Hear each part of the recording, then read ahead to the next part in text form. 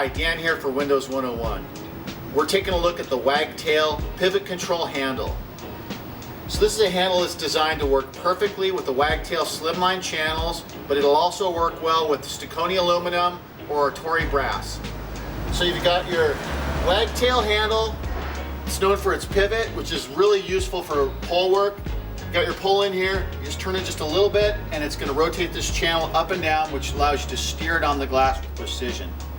Another couple features that I like about this is you can lock it down so it's a little bit tighter if you like.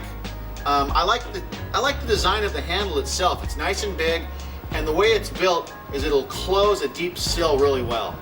Let's put it on the glass and see how it works.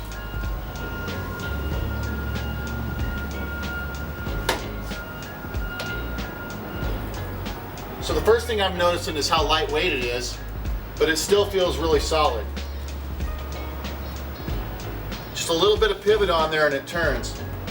It takes a little bit of practice, but once you're used to it, it's really a time saver. It's going to work very efficiently for you.